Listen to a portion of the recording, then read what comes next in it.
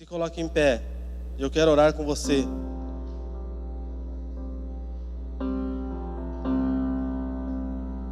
Eu quero compartilhar a palavra de Deus com você nessa noite.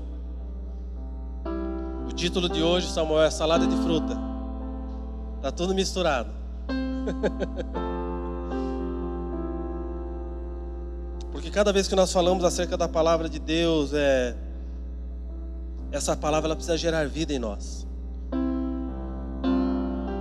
E se ela não gera vida em nós, é porque não há mais desejo da palavra. A Bíblia diz que a palavra de Deus ela é viva e eficaz. A palavra de Deus diz que ela todos os dias ela se renova pela manhã. Então, se todos os dias ela se renova pela manhã, a vida da palavra é uma vida vivificante.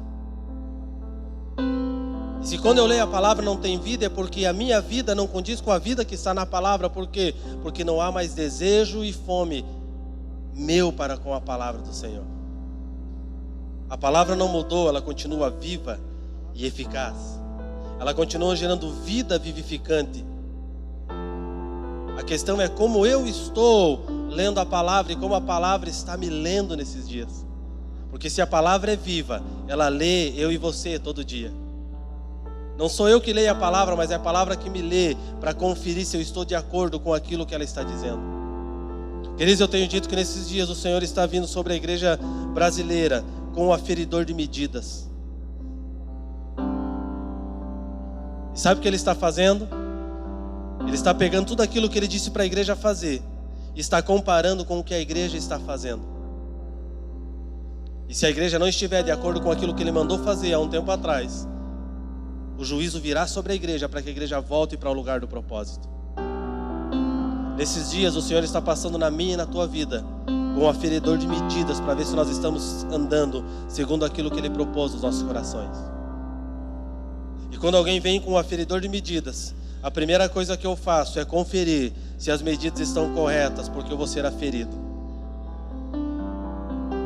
Se tem algo que nós precisamos fazer nesses dias, amados, é olhar para o Senhor e começar a conferir as medidas que recebemos dEle. E a resposta que estamos dando de acordo com aquilo que Ele deu para nós esses dias. Então não são dias de nós lermos a palavra. São dias da palavra nos ler, porque quando nós estamos lendo ela dirá se aquilo é verdade em nós ou não. Nós vamos estar lendo a palavra, mas ela vai estar nos lendo. Por quê? Porque ela vai dizer para nós, você está dentro ou você está fora.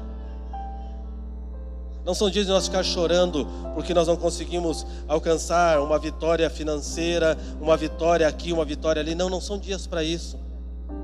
O Senhor está cuidando da tua vida nessa área, descansa. São dias de você entender se você está correspondendo com aquilo que nós precisamos corresponder como igreja nesses dias. A minha preocupação nesses dias, amados, não é de ver muitas igrejas lotadas. A minha preocupação é se nós vamos dar a resposta que Deus espera. Essa é a minha preocupação. Eu falava com o profeta, o pastor Nilson, que é profeta da casa de Itajaí, que é o profeta da nossa casa. E nós falávamos na mesa da casa dele justamente sobre isso. Eu falava com ele, cara, Deus está falando muito comigo sobre aferir medidas. E Deus tem falado com ele que nesses dias Deus pegou a planta, está colocando sobre as nossas cabeças e aferindo se nós estamos fazendo segundo o que está escrito na planta. Ele falou, Isaías, eu vejo Deus nesses próximos dias, nesses próximos anos que estão vindo, Ele colocando a planta que Ele entregou para a igreja brasileira sobre a cabeça da igreja brasileira e conferindo se as medidas estão de acordo.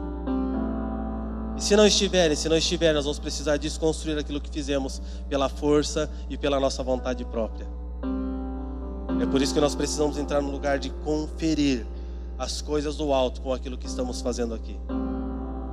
Queridos, Deus nos chamou com um único propósito, fazer o nome dEle conhecido. Eu não faço o nome de Deus conhecido aqui, nesse momento, no domingo à noite. Eu faço o nome de Deus conhecido a partir do que eu recebo aqui no domingo à noite. É a partir disso que o nome dEle é conhecido. Pai, nós adoramos o Teu nome neste lugar. Nós declaramos que Tu és Senhor sobre tudo e sobre todos. Tu és o Senhor das nossas vidas, Tu és o Senhor da minha casa, Tu és o Senhor desta casa. Nós damos toda a honra, todo louvor a Ti, porque Tu és digno de receber todo o louvor e toda a honra. Nós declaramos que Tu és Senhor desta casa. Nós declaramos que Tu és Senhor da nossa vida. E nós nos sujeitamos a Ti. Nós oramos agora e dizemos a você, espírito de distração, eu dou uma palavra de ordem a você, se retire do nosso meio. Você não tem liberdade, nem autorização e muito menos legalidade para estar aqui. Então saia. Eu te ordeno que saia em nome de Jesus. Eu oro para que os céus, Senhor, se abram sobre este lugar. Para que o Espírito de sabedoria e revelação venha sobre nós. E para que toda palavra que nós venhamos falar aqui nessa noite, que, Senhor, ela venha encontrar em nós um solo preparado, perfeito, para que quando a semente cair, ela entenda os processos e ela frutifique, ela cumpra o seu propósito. Nós oramos, amado Espírito Santo, e chamamos a Tua presença neste lugar. Porque o único que nos faz entender a palavra é você, ninguém mais. Você nos traz a certeza da palavra, você nos convence do pecado e do juízo, você é quem traz convencimento da palavra pregada. Então, Espírito Santo, faça desse culto, nessa noite, um momento em que nós vamos aprender contigo, Senhor. Que ao compartilhar do meu coração, Tu compartilhes o Teu coração conosco. E que nós possamos ser tocados pela Tua palavra, nós possamos ser mexidos pela Tua palavra, nós possamos ser confrontados pela Tua palavra, para que de alguma forma nós possamos aferir as nossas medidas e sermos tocados pelo Senhor nessa noite. Em o nome do Teu Filho Jesus. Aleluia. Diga aleluia, querido.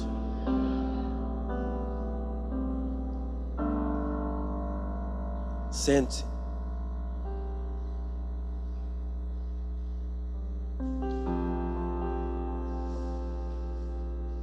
Aleluia.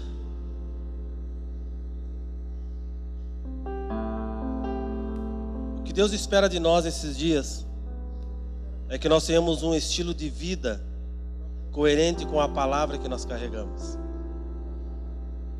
O que Deus espera de mim, de você nesses dias, e quando eu falo nesses dias, eu estou falando do dia de hoje, é que nós venhamos mudar a nossa forma de se movimentar e que o nosso estilo de vida seja semelhante ao estilo de vida dele. Porque uma igreja só consegue tocar uma cultura e transicionar a mente de uma cidade, mudar a cultura de uma cidade, se a cultura que habita nela é diferente da cidade que ela habita. Se a cultura da cidade que nós vivemos demanda a nossa movimentação, logo nós não temos uma cultura do céu para confrontar a cultura da terra, e nós nos sujeitamos à cultura da cidade e fazemos segundo a cultura determina e não aquilo que nós temos que fazer como igreja. O reino de Deus é a contracultura da cultura que vivemos. E quando nós compreendemos isso, só uma forma de conseguir tocar a cidade, conseguir tocar as pessoas que estão à nossa volta, é se o nosso estilo de vida for um estilo de vida coerente a Cristo, a ponto de revelar Cristo, sem que nós venhamos falar ou pregar acerca de Cristo, mas as nossas atitudes revelam o Cristo.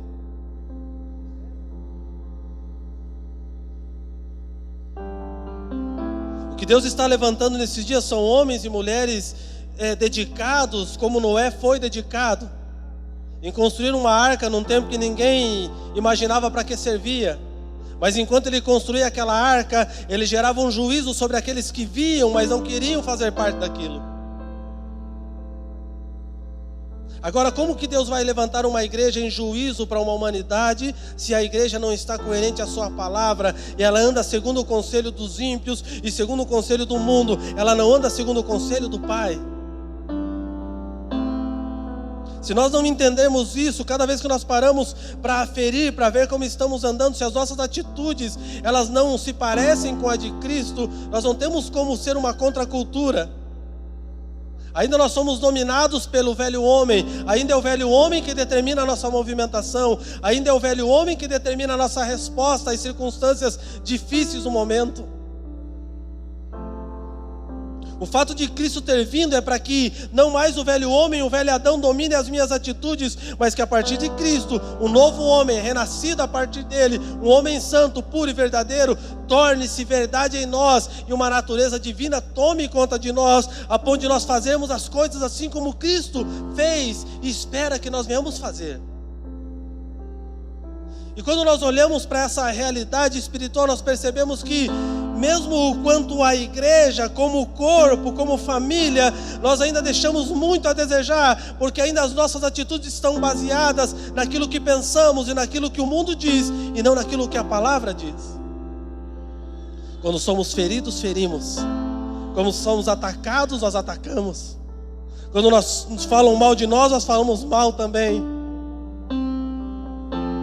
Quando alguém levanta uma bandeira de denúncia contra nós, nós tentamos levantar uma bandeira maior contra aquele que levantou contra nós. E por andar dessa forma, nós nunca vamos experimentar o amor de Deus, e nós nunca vamos experimentar a plenitude de Deus em nossas vidas, porque a plenitude de Deus em nossas vidas, ela só se reflete baseado num caráter segundo Cristo. Quando nós lemos o livro de Atos e nós vemos a igreja como ela começou, nós ficamos muitas vezes perguntando, e muitos já disseram, em muitas aulas de teologia, em muitas faculdades de teologia, já foi dito que aquilo foi vivido por aquele tempo e não é para esse tempo correto. Algumas coisas sim, mas não tudo. A essência é a mesma. Os costumes não são mais para esses dias, mas a essência é a mesma, porque a partir da essência se construiu um todo.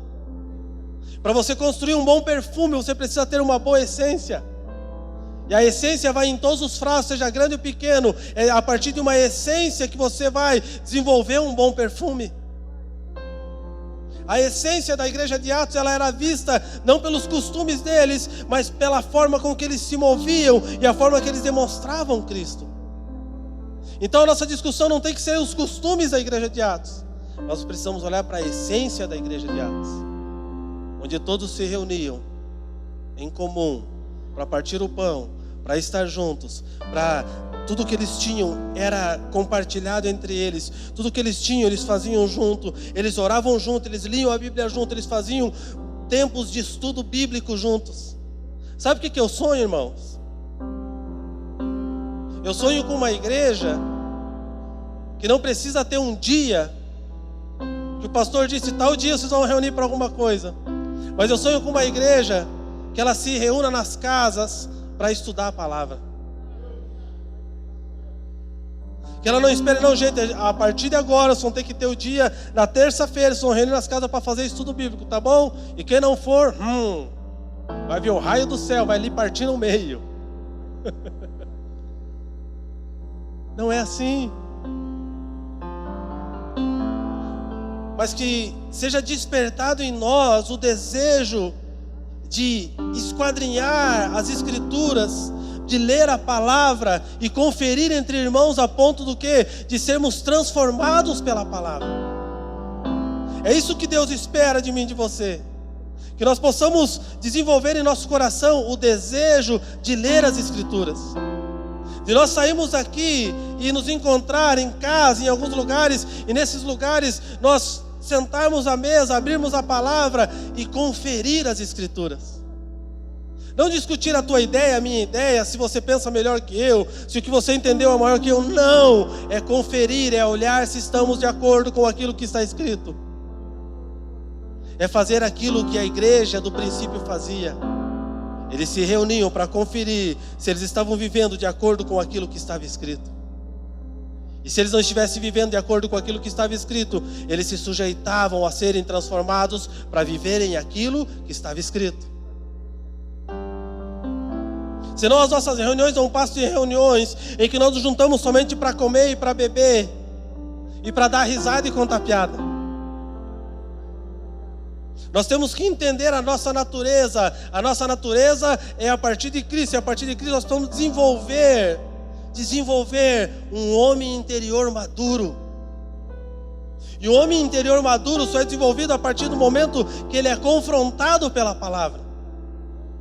Querido, se tem alguma coisa que você não tem desculpa nenhuma, e você não vai encontrar desculpa nenhuma, você não vai conseguir discutir, é com a palavra. Você pode discutir comigo, mas com a palavra você não discute, porque ela vai confrontar você. E para tudo que você precisar, a palavra tem a resposta para o momento exato para a tua vida. Mas para que isso aconteça, nós precisamos desenvolver uma cultura, uma nova cultura, um estilo de vida. E como que se desenvolve o estilo de vida? se sujeitando a uma cultura.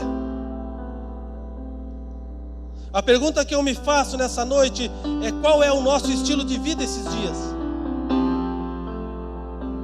Se quando nós nos reunimos, nós só nos reunimos para falar do irmão, falar do problema do país, ou nós nos reunimos para orar e para, como sacerdotes, delegar no reino do Espírito palavras que aconteçam, que sejam de autoridade, para que as situações mudem. Não é mais tempo, irmãos, da igreja se reunir e começar a lamentar as coisas. É tempo da igreja se reunir e liberar palavras como homens de governo, dizendo: essa situação vai mudar. Nós vamos colocar isso no trilho. Essa cidade vai entrar no trilho, vai acabar. Quem vai acabar com a corrupção no Brasil não é o Sérgio Moro, é a igreja posicionada. Sabe por que o Sérgio Moro se levantou? Porque a igreja estava surfando a sua onda, irmão. De boa na lagoa, tranquilo, a igreja cresceu, uau, estamos grandes. Grandes templos, apavorando, todo mundo falando: a igreja brasileira está rica, está próspera. O que Deus fez no Brasil nesses últimos anos, levantando homens como o Sérgio Moro, como outros homens que estão trazendo a vergonha do Brasil para fora. Sabe o que é isso? O que Deus está fazendo? Ele está trazendo juízo sobre a igreja. Não se alegre, chore. Sabe o que Deus está falando para nós? Ele está falando: eu tenho que levantar alguém, porque vocês não estão fazendo o que foram chamados para fazer. Porque em suas reuniões vocês se assentam para beber e se embriagar, e vocês não se assentam para definir o prumo de uma nação, as decisões de uma nação. Porque vocês deviam estar sentados em seus lugares, em suas casas, determinando palavras de ordem para que a nação se alinhe, para que a cidade se alinhe. Mas vocês estão cobrando dos políticos aquilo que vocês têm que fazer. Nós precisamos entender que a autoridade de mudar as coisas ainda está na mão da igreja. É a igreja quem vai mudar. Mas como que a igreja vai mudar se a igreja é tão corrupta quanto?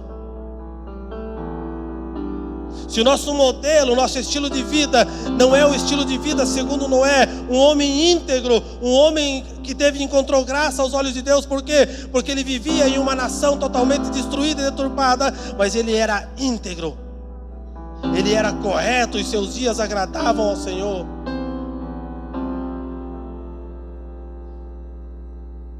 Queridos, o que Deus espera é que o estilo de vida adotado por nós seja coerente com a sua palavra nesses dias. Para que o nosso posicionamento denuncie as coisas que estão erradas. Eu podia pegar aqui e ficar falando 2 horas sobre tudo que está errado. Eu estaria comunicando vocês, talvez, de coisas que vocês já sabem. Mas eu pergunto para você: o que mudaria a partir de eu ter comunicado a vocês tanto as coisas que estão erradas? Nada mudaria. Porque eu só estou comunicando uma notícia. Mas o que traz mudança é um posicionamento acerca daquilo que precisa ser feito. O que vai trazer mudança sobre a igreja de Cristo, sobre as cidades que as igrejas estão plantadas, é um posicionamento de uma igreja que entendeu a cultura do reino, que é refletir Cristo em tudo e em todas as coisas. Então o que Deus espera de nós esses dias? Deus espera um posicionamento adequado à sua palavra. Queridos, e é muito fácil saber o que nós precisamos fazer. É nós pegarmos esses dias um aferidor de medidas e ver se aquilo que estamos fazendo está de acordo com a palavra de Deus nas nossas vidas. Não é mais tempo de nós ficarmos brigando entre nós, irmãos. Não é mais tempo de nós ficarmos de nariz enroscado um com o outro. É tempo de nós sofrer o dano para que Cristo seja revelado em nós. É tempo de nós baixar as armas e falar: não, pode bater, eu estou aqui, eu vou sofrer o dano, eu estou aqui para perder mesmo. Porque cada vez que eu perco, eu ganho, irmão. Por quê? Porque a minha cultura não condiz com a cultura do mundo. Cada perca minha é uma vitória no reino. Nós não estamos aqui lutando contra a carne e o sangue, nós estamos lutando contra principados, contra potestades. A nossa guerra hoje não são com pessoas, são com mentalidades. Se nós não tivermos uma mentalidade de Deus, impregnada de palavra, de Bíblia, nós não vamos conseguir transformar a nossa nação, a nossa cidade. Porque a guerra não está no âmbito dos olhos, a guerra está na mente. É uma cultura que está sendo gerada para deturpar a palavra, para desconstruir tudo que são princípios da palavra. E como eu sei quando um princípio da palavra está sendo desconstruído? É quando eu conheço o princípio da palavra. E sabe o que é mais terrível nesses dias? É que a igreja não está atenta com tantos princípios deturpados. E sabe por que ela não está atenta? É porque ela não conhece os princípios. E por não conhecer os princípios, ela acha que não tem problema. E por achar que não tem problema, nós estamos vendo a igreja aparentemente crescendo, mas verdadeiramente fraca, porque não está dando a resposta adequada acerca daquilo que os céus esperam para esses dias. Queridos, o que nós precisamos fazer nesses dias é ir para o nosso quarto, tirar tempo de jejum e oração. A igreja dos nossos dias não jejua mais. E não é jejum de televisão, irmão. Não é jejum de Coca-Cola. Não é jejum de não sei o que, de doce, seja lá o que for. Não tem nada disso na Bíblia, irmão. É jejum mesmo, é ficar sem comer. É dobrar o joelho, ficar das 7 da manhã às 7 da noite, ajoelhado lendo Bíblia e orando. Até fazer calo, aleluia. Glória a Deus. Para quê? Para que nós possamos gerar o que precisamos gerar nesses dias. Sabe qual é a minha preocupação nesses dias, queridos? É que nós não venhamos achar que estamos grávidos. Olhar para nós e falar, nós estamos gerando algo. E todo mundo fazendo festa e comemorando. Mas quando chega o dia da gestação, o dia de colocar para fora, como a Bíblia diz, só estamos gerando vento porque nada temos dentro. Isso está falando de uma movimentação na alma, de só fervor. Ah, uau, uau, uau. Avivamento. O verdadeiro avivamento parte do arrependimento. Não existe avivamento sem arrependimento. Não existe avivamento sem que os fundamentos da palavra estejam no cerne da nossa vida. Como vamos fazer festa enquanto precisamos chorar? Enquanto precisamos voltar a um lugar que nos perdemos por algum tempo? Nós estamos preocupados em construir as nossas coisas, enquanto Deus espera que nós como igreja se preocupe em trazê-lo para a terra, que haja fome na terra. Sabe quando ele virá? Quando houver fome. Não de pão, mas fome dele. Fome da sua presença, desejo da sua presença. Já parou para pensar quantas vezes você desejou a presença dele no teu quarto nesses dias? Já parou para pensar o quanto você desejou estar com ele nesses dias? Se nos falta desejo, nos falta um padrão correto. E sabe por que nos falta desejo? Porque nós alimentamos a carne diariamente, mas não temos alimentado o nosso espírito. E sabe por que nos falta desejo? Porque não é o espírito que define as nossas movimentações, mas são os nossos desejos carnais que definem as nossas movimentações. Porque aqueles que são do espírito são governados pelo espírito, mas aqueles que são da carne são governados pela carne. Nós damos 3, 4, 5 refeições por dia para o nosso corpo. E a pergunta é: quantas refeições nós estamos dando para o nosso espírito? O quanto nós temos alimentado o espírito? Quantas horas nós temos tirado para orar e para estar com o Senhor? É disso que eu estou falando, queridos. É de nós termos uma natureza celeste, uma natureza dos céus. É de nós voltarmos a entender o que somos e para que fomos chamados. É nós voltar a ter clareza da nossa identidade. Se nós tivermos clareza da nossa identidade em Cristo, nós seremos pessoas diferentes, mas na movimentação. Pensamos várias coisas, mas nos unimos em um único pensamento, que tudo que fazemos, tudo que somos converge para Ele e para a glória dEle. E é justamente isso que Deus espera de nós. Mas como eu vou gerar a mesma mente no Ivan, como eu vou gerar a mesma mente na Carla, como eu vou gerar a mesma mente no irmão José, na irmã Maria? Eu não posso. Porque quem gera a mesma mente, o mesmo coração, é o Espírito de Deus que habita em nós. E se esse Espírito não é alimentado, ele não tem voz e não tem como falar aos nossos corações. E é por isso que no nosso meio há dissensões e há calúnias e há problemas. Por quê? Porque não é o Espírito que está direcionando, mas são os pensamentos humanos da carne que estão direcionando a nossa movimentação. Porque se o Espírito direciona, nós podemos ter problemas e dificuldades, mas nós não andamos nesse lugar, nós vencemos esses lugares.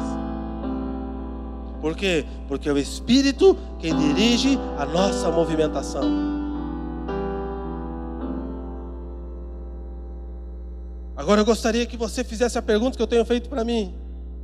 O quanto eu tenho desejado estar com você?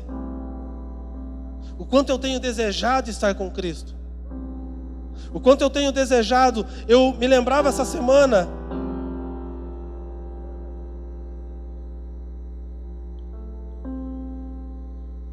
Eu vou falar de mim, porque de mim eu entendo. Eu estava com o Senhor essa semana, eu me lembrava com Ele, e Ele falava para mim, falava: Isaías, lembra que há 2 anos você tirava mais tempo para eu e você, e agora você tira tão pouco tempo? Eu falei: é verdade. Mas veja bem, pai, tem muita coisa para ser feita. Nós valorizamos mais as coisas do que estar com Ele. Nós invertemos os valores das coisas. Nós nos preocupamos em dar resposta para as pessoas, quanto que nós precisávamos estar com Ele. E Ele me fez lembrar de uma situação que ocorreu em 2013. Eu estava em casa, morava no bairro Alto ainda, estava no meu período de oração e de leitura, e eu falava para minha esposa: pode chegar quem for na porta, não me chama. Se alguma das meninas se machucar, se ferir, leva para o hospital. Se alguém morrer, depois a gente vai lá fazer o culto fúnebre.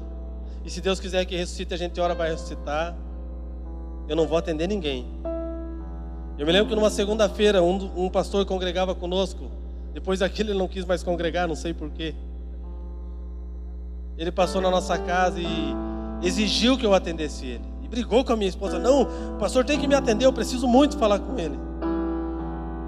E ela disse para ele não, e repetiu para ele não. Ele saiu muito bravo e colocou em redes sociais. Aí,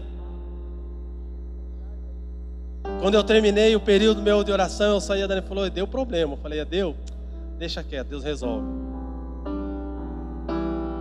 Porque sempre nós achamos, amados, que as nossas necessidades são maiores do que a necessidade de nós estarmos com Ele. E nós não respeitamos os nossos irmãos que se dedicam a estar, porque nós achamos que eles querem demonstrar uma santidade, uma santificação, sendo que nós deveríamos seguir o exemplo deles e fazer a mesma coisa. Porque se todos nós dedicássemos tempo de estar com Deus, de oração, jejum e leitura bíblica, você não teria problema para contar, você teria coisas para compartilhar. Você não traria problemas, você seria um solucionador de problemas. Você seria a resposta e não pergunta. Eu me lembro que eu procurei esse homem, conversei com ele e falei: irmão, você não está entendendo, eu amo você, mas eu amo mais ao Senhor. Mas eu precisava. E depois ele falou qual era o problema, eu quase bati nele, irmão. Era tão insignificante. Mas é que sempre as nossas coisas parecem ser maiores do que tudo. E por quê? Porque a cultura que rege a nossa vida não é uma cultura do céu. É a cultura da terra, porque está baseada em necessidades e não em propósito. Nós queremos e tem que ser naquela hora, nós exigimos que seja, e se não for, nós ficamos chateados. Deus, eu orei por isso, o Senhor não deu, eu vou ficar de mal com você, eu não vou orar o mês inteiro, tá? Perdeu. Você não vai falar comigo. Quem está perdendo sou eu e você, irmão, não é ele. Cada minuto que eu deixo de estar com ele, quem perde sou eu.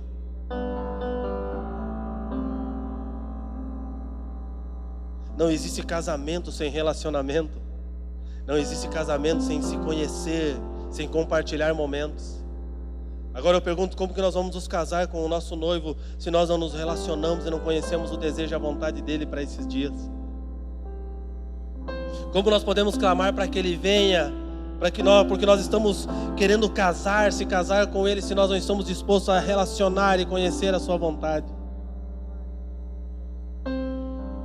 Imagine você, ao auge dos seus 27 anos, homem, e você, mulher, no auge dos seus 21 anos, de repente chega alguém e pega você, homem, e pega você, mulher, e coloca você na frente um do outro, bem assim, você vai casar com ele amanhã, e te vira. Qual seria a tua reação? Eu não posso me casar porque eu não conheço. Como que eu vou me casar? Eu não me relacionei, não sei dos costumes, não sei se ronca, se não ronca, não sei nada.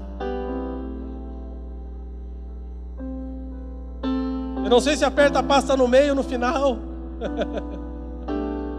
Como que eu vou casar? Não me relacionei. Não, mas ele é o melhor homem para a tua vida, ele é o noivo que veio te buscar e você vai casar com ele, pronto. Já parou para pensar como é que seria?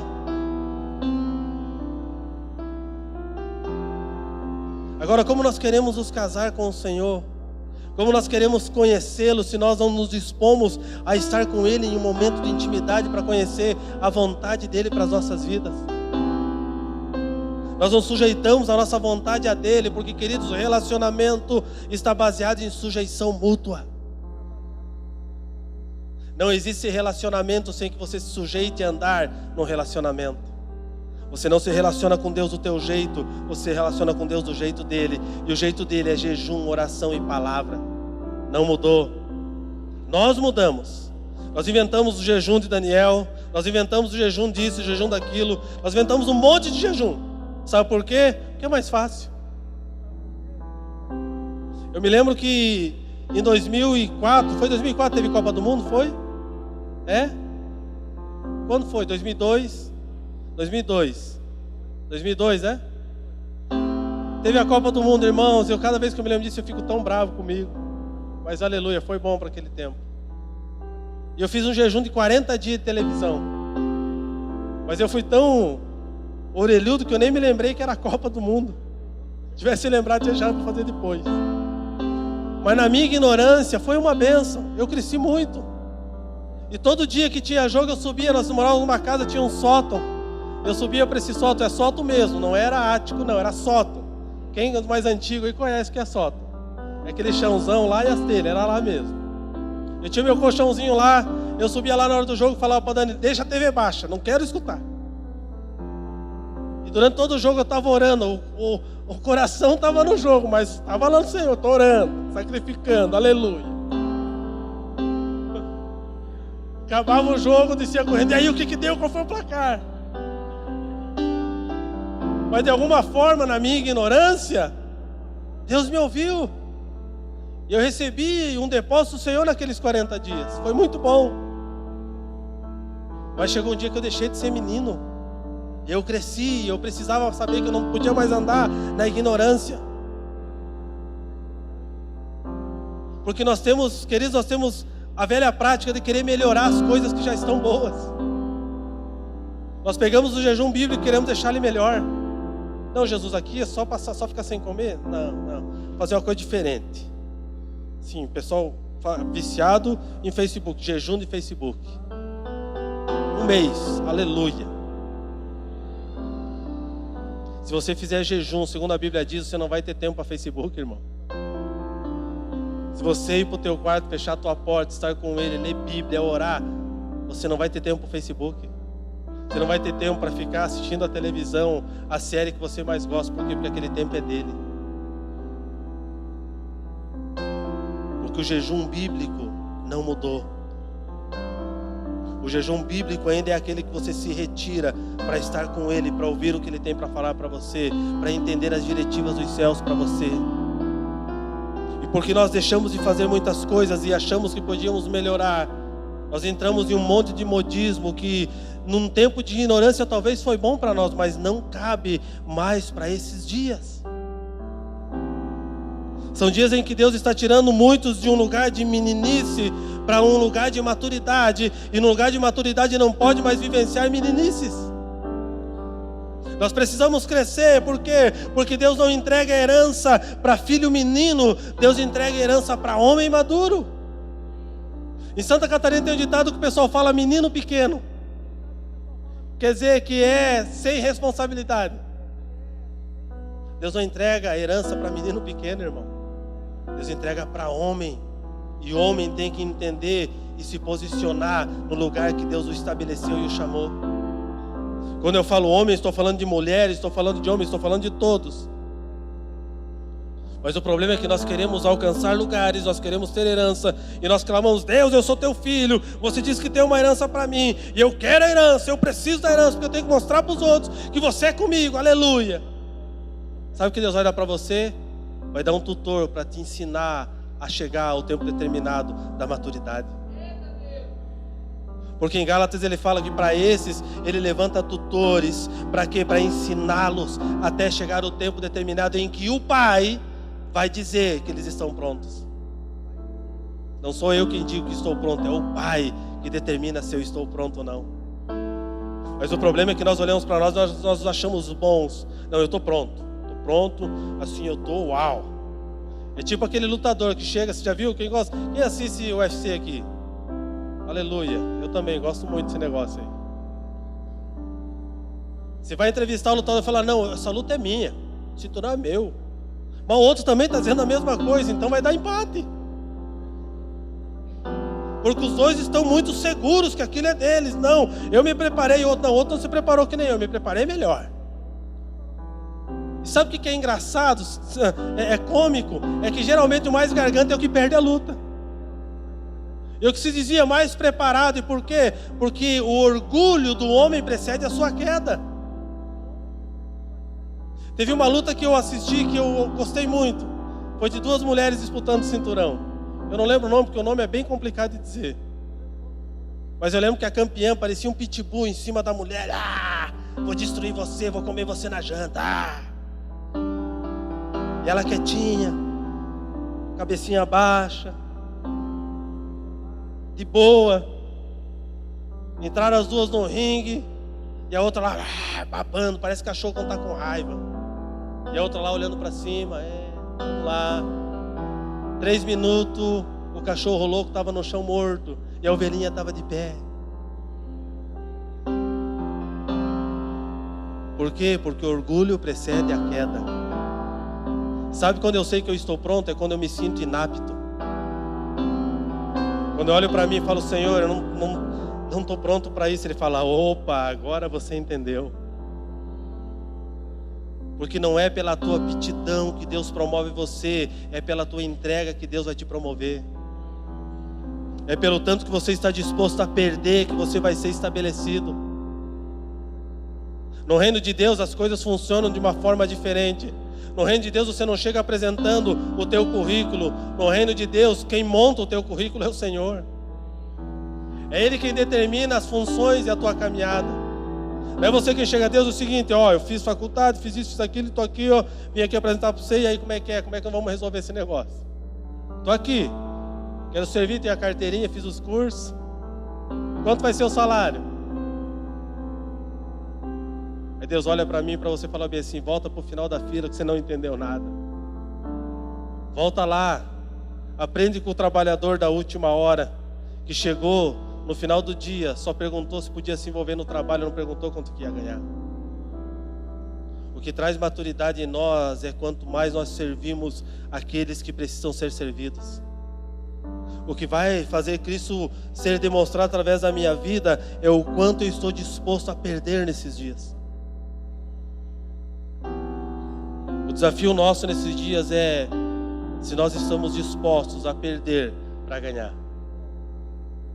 A perder a nossa razão, a perder aquilo que defendemos com avidez, aquilo que nós defendemos como uma verdade intocável. Você está disposto a perder isso nesses dias? Porque a única forma da verdade de Cristo ser revelada em nós é quando todas as nossas verdades caem por terra através de quem Cristo é. Essa é a única forma. Em Colossenses 3,12, se você quiser abrir comigo.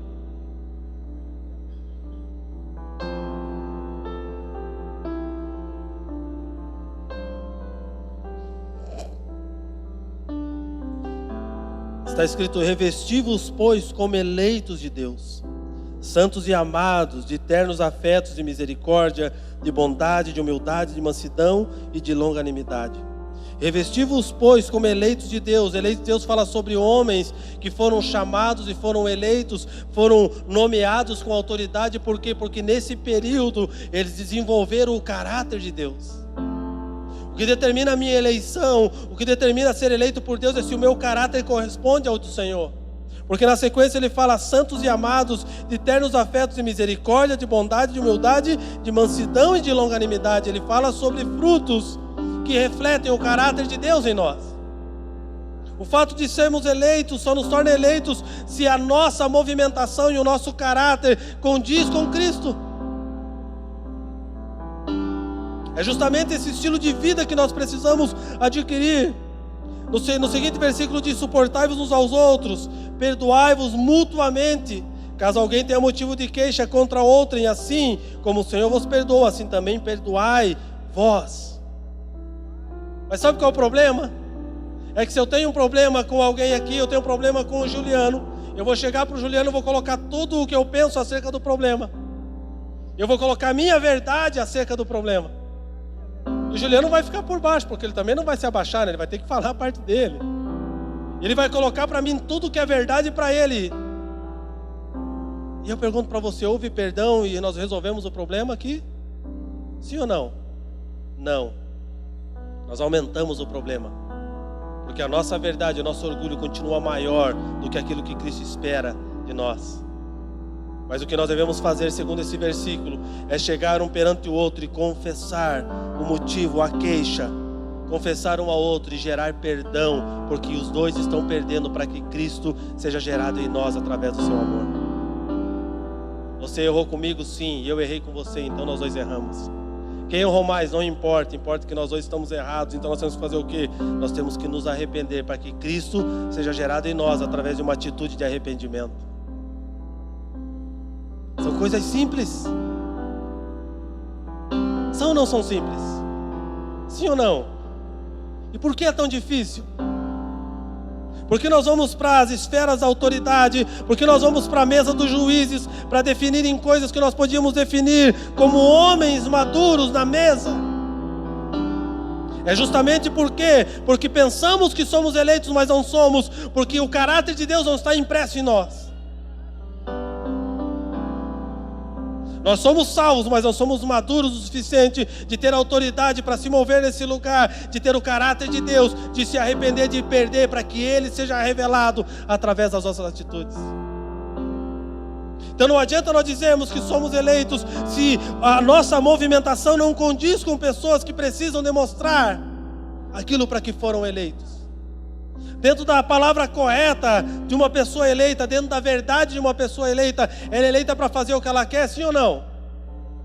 Sim ou não? Ela é eleita para fazer aquilo que está escrito. Existe uma lei que determina o que ela tem que fazer, e ela é eleita para cumprir a lei e não para fazer o que ela quer fazer. Existe uma lei de Deus que foi impressa em nossos corações, e quando nós somos eleitos por Deus, nós somos separados por Ele. Para quê? Para cumprir aquilo que está escrito e não aquilo que nós queremos fazer.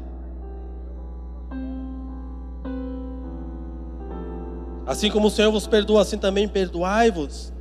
Acima de tudo isto, porém, esteja o amor, que é o vínculo da perfeição. Quer ser perfeito? Ame. E como que eu amo? Não olhando para as diferenças, mas olhando para Cristo. Por quê? Porque o amor, que é o vínculo da perfeição, fala do amor gerado a partir de quem Cristo é. Querido, se eu for discutir a minha verdade com a tua, nós vamos ficar brigando para ver quem tem a melhor verdade. Mas se nós entendemos que a verdade que está acima de todas é de Cristo, nós vamos ser libertos das nossas verdades. Porque a Bíblia diz que nós devemos conhecer a verdade, porque ela nos libertará. Fala de uma verdade suprema, superior a todas as verdades. Fala da verdade de Cristo. Quem é a verdade? A verdade é Cristo. Eu conheço a Cristo. As minhas verdades se sujeitam à verdade suprema de Cristo. Então não vai ter no nosso meio dificuldades de andar em vínculo de perfeição, de paz, de amor. Por quê? Porque nós resolvemos perder. Para quê? Para que Cristo seja gerado em nós. para que daqui a um tempo nós venhamos olhar e quando chegar o tempo de nascer a criança, nós possamos ver o rosto da criança.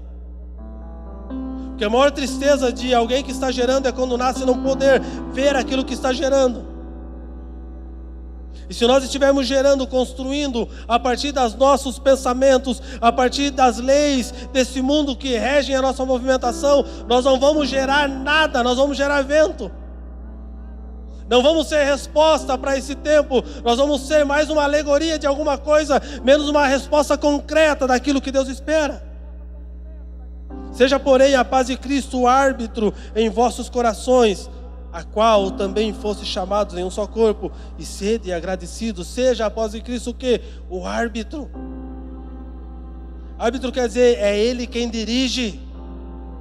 Não é você quem determina, mas é a paz de Cristo que arbitra sobre a tua vida. É a paz de Cristo que determina a forma de você se movimentar. O árbitro é aquilo que vai determinar como você faz, como você tem que fazer. É a lei que rege a tua forma de pensar. Seja a paz de Cristo o árbitro em vossos corações. Como vai ser o árbitro? Como vai ser paz? Por quê? Porque eu me sujeitei a Ele, até que Ele seja gerado em mim. Habite ricamente em vós a palavra de Cristo, instruí-vos e aconselhai-vos mutuamente em toda a sabedoria.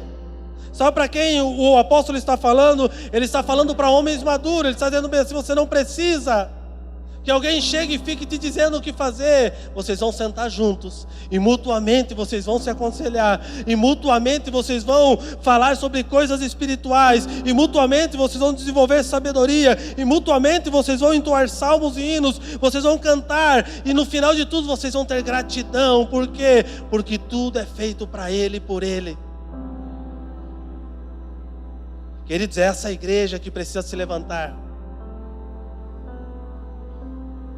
Não é o quanto somos, mas o quanto dele nós temos. De 34 mil ficou 300. E não era o quanto eles eram, mas era o quantos estavam dispostos a fazer segundo a palavra que receberam. Não é a quantidade, mas é a qualidade daquilo que carregamos.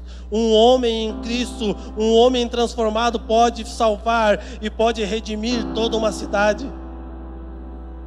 Um homem que se dispôs a ser humilhado para que Cristo seja revelado através das suas feridas, esse homem está pronto para mudar uma cidade. Ele pode ser só um homem, mas o quanto nós estamos dispostos a sofrer no nosso corpo, as chicotadas, para que Cristo seja revelado através de nós. O quanto nós estamos dispostos a sofrer calúnias e perseguições por Ele, não pela nossa verdade, mas pela verdade dEle. Eu me lembro que um dia uma pessoa me procurou, pastor, eu estou sendo caluniado, perseguido, está difícil para mim, está complicado. E eu perguntei para ele, falei, irmão, você está sendo caluniado e perseguido por quê? É por Cristo? Então se alegre, regozije, porque é um privilégio para você. Agora, se você está sendo perseguido pela tua verdade, por aquilo que você defende, abra a mão da tua verdade e sofra o dano, para que Cristo seja glorificado através da tua atitude. A perseguição que não é através de Cristo, ela só gera para nós tristeza. Mas toda perseguição que faz o nome dele conhecido, gera em nós alegria e gozo. Por quê? Porque Ele está sendo revelado através da nossa entrega e da nossa atitude. E tudo o que fizerdes, seja em palavra, seja em ação, fazei-o em nome do Senhor Jesus, dando por Ele graças a Deus Pai. E tudo o que fizerdes, seja em palavras, seja em ação, fazei-o. O que fala no princípio do que nós lemos sobre um povo eleito. E um povo eleito faz o quê? Faz em nome de alguém, porque alguém disse o que tinha que ser feito. E aqui ele diz, e tudo o que fizer, seja em palavra, seja em ação, fazei em nome de quem? Daquele que te elegeu para fazer a vontade dele. Ele não te elegeu para você apresentar para todo mundo que você é o cara que foi eleito. Agora eu sou deputado, me respeita, fui eleito. Você foi eleito para servir um propósito. Você não foi eleito para servir o teu propósito. Porque o eleito não serve o propósito próprio. O eleito serve o propósito daquele que o elegeu e enviou, da lei que o nomeou para aquilo. Então, se nós somos eleitos por Cristo, o único propósito é fazer o nome dele conhecido por meio de palavras e por meio de ações. Porque senão, ele não será conhecido. Dando por ele graças a quem? A Deus Pai. Sabe o que a palavra diz aqui? Se você entendeu a tua eleição, se tudo que você faz é por meio daquele que te elegeu, se todas as tuas atitudes refletem Cristo, o Filho, sabe o que vai acontecer com você?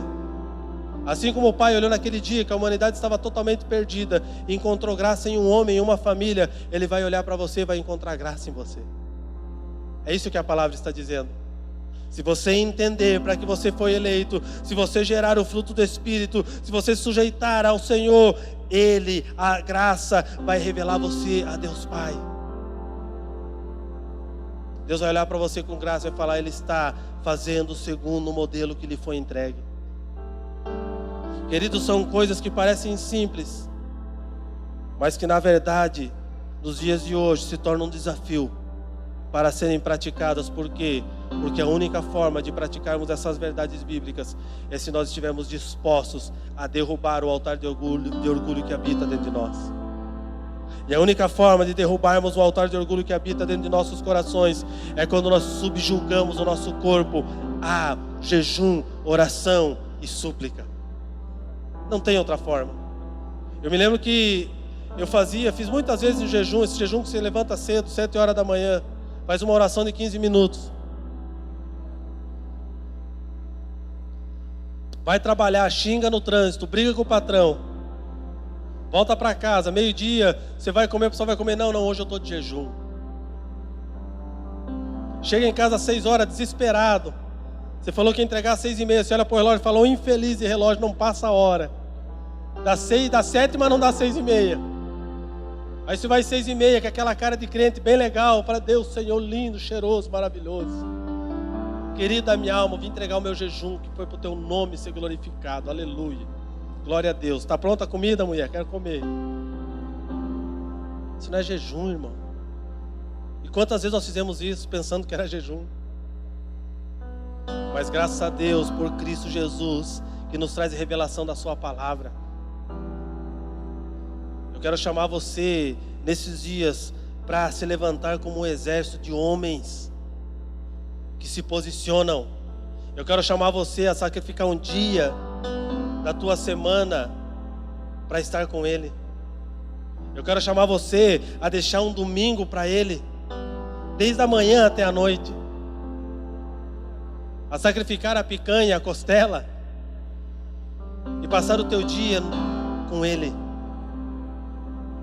buscando a presença dEle, orando em todo o tempo. Pastor, eu estou lá, eu estou lendo a Bíblia assim, estou pensando um monte de coisa. Continua lendo, irmão.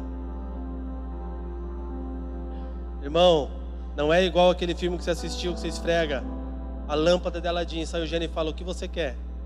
Diz: eu quero ter um coração igual a Jesus.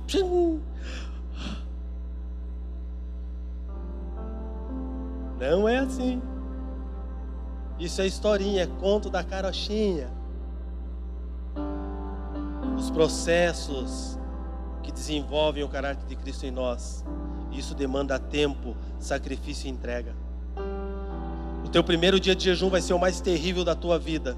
O teu segundo, pior ainda. Mas depois do 5º e do 10º, você vai conseguir entender o que você está fazendo. Você vai sentir fome e vontade de comer tudo que você nunca comeu na vida. Você vai ter sede como você nunca teve antes. Mas é só porque você está matando a tua carne. E toda hora a tua carne fica lembrando você tem que comer. Você precisa, você vai desmaiar, está com tontura. E Deus entende. Você acha que Deus vai te condenar? Você desmaiou, ora, você tinha que comer. Vai lá e come só um pouquinho. Deus entende.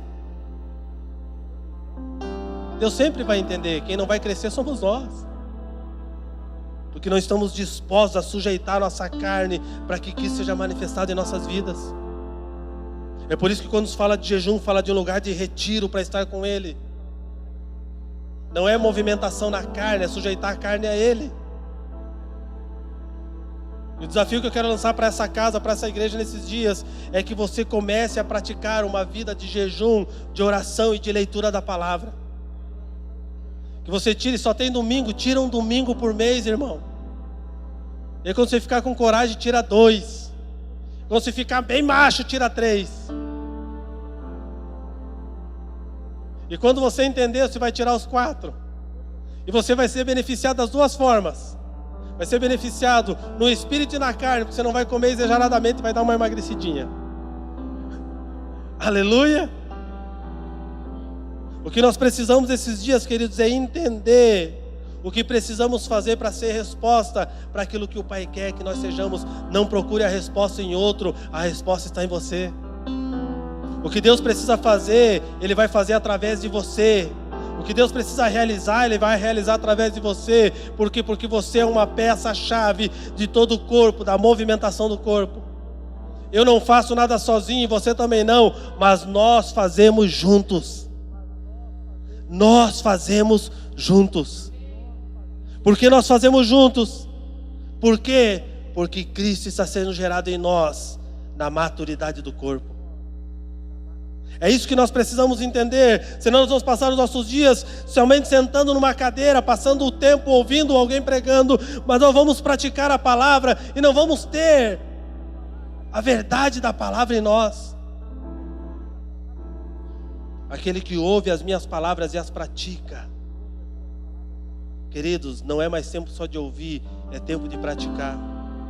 No versículo 11 está escrito aqui: no qual não pode haver grego nem judeu, circuncisão nem incircuncisão, bárbaro, cita, escravo, livre, porém Cristo é tudo em todos. O que Deus está dizendo: não importa de onde você veio, não importa o que você é, não importa o que você pensa, não importa a ideologia que você defende, entenda uma coisa: Cristo é tudo em todos, para louvor da glória dele.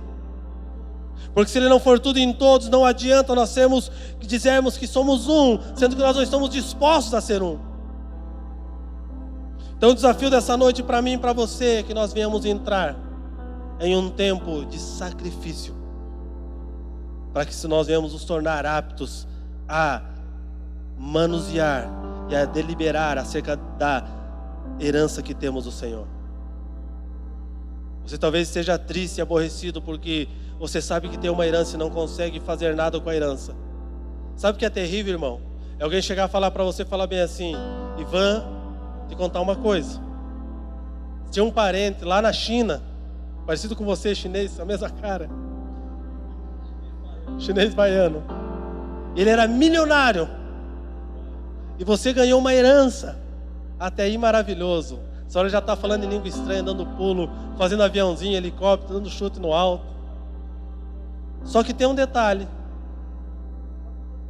Você tem a herança, mas você não pode tocar nela, porque você ainda não está pronto. Mas eu estou passando tanta necessidade, estou passando um aperto terrível, e se eu pudesse tocar nessa herança aqui, por que falou para mim que tinha uma herança então? Me deixasse então na minha ilusão. Pelo menos eu não ia ficar preocupado em que eu tinha aonde me agarrar. E aí eu foco na herança e na preocupação de receber a herança, mas eu não foco no caminho que vai me levar à herança. Sabe o que tem que ser a minha pergunta quando eu sei que tem uma herança? O que eu preciso fazer para estar apto a herdar essa herança? Essa é a pergunta. E aí Deus vai colocar tutores sobre nós, para nos levar a lugares de direção, para trazer maturidade em nós, para que no tempo devido o Pai fala: pegue a herança, porque Deus não caminha pela tua necessidade, Ele caminha pelo propósito eterno dEle. Irmão, se tem algo que eu posso dizer para você nessa noite, e que está na Bíblia: Deus não está preocupado com a tua dificuldade. A preocupação maior de Deus é que você entre no propósito dEle. Porque se você entrar no propósito de Deus, você não terá mais dificuldade alguma. Porque Ele supre todas as necessidades dos seus filhos. O que nós precisamos é entrar na condição de herdeiros maduros, para que possamos usar a herança que temos para liberar regiões celestiais, liberar lugares e regiões celestiais das nossas cidades, para que a cidade seja tocada pelo Senhor. Se coloque de pé.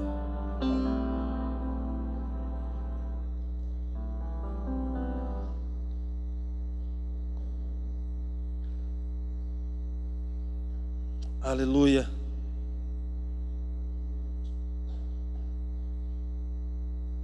Eu quero orar com você acerca dessa palavra. E eu quero que você se sinta desafiado por essa palavra, assim como eu tenho sido desafiado nesses dias, em voltar para um tempo só com Ele,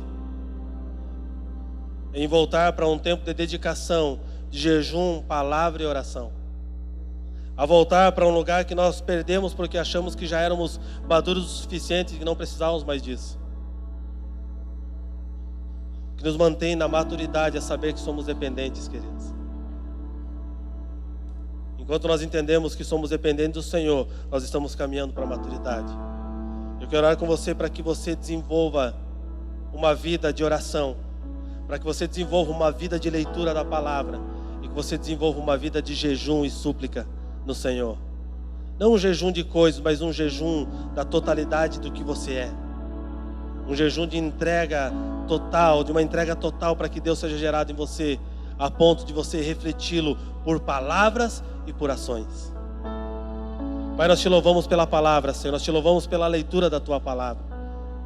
E nós pedimos que essa palavra que foi ministrada aos nossos corações, que o teu Espírito compartilhou conosco nessa noite, eu peço que nós possamos entrar na verdade dessa palavra e na realidade dessa palavra. Eu peço que ela torne-se verdade em nós, Senhor. Eu oro nessa noite e peço que o teu Espírito nos dê coragem, nos dê força para que nós venhamos nos sujeitar a esse processo. Eu oro para que a tua igreja compreenda e a partir de Senhor, querido, disso ela se mova para um lugar de devoção maior a Ti, para um lugar, Pai, de entrega a Ti, para um lugar de Te conhecer e de Te revelar por atitudes e por, ó Senhor, por palavras e por ações. Eu oro para que aquilo que lemos aqui transforme-se em verdade nas nossas vidas. Eu oro para que, Senhor querido, nós possamos refletir a Tua glória, não pelo que falamos, mas por aquilo que estamos nos tornando. Eu oro para que no tempo que o Senhor vier a ferir as nossas medidas, o Senhor encontre em nós perfeição dentro do Teu chamamento e dentro do Teu propósito. Eu oro para que quando o Senhor vier a ferir em nós as medidas da construção que estamos fazendo, que ela esteja adequada, Senhor, ao modelo que Tu tens nos céus.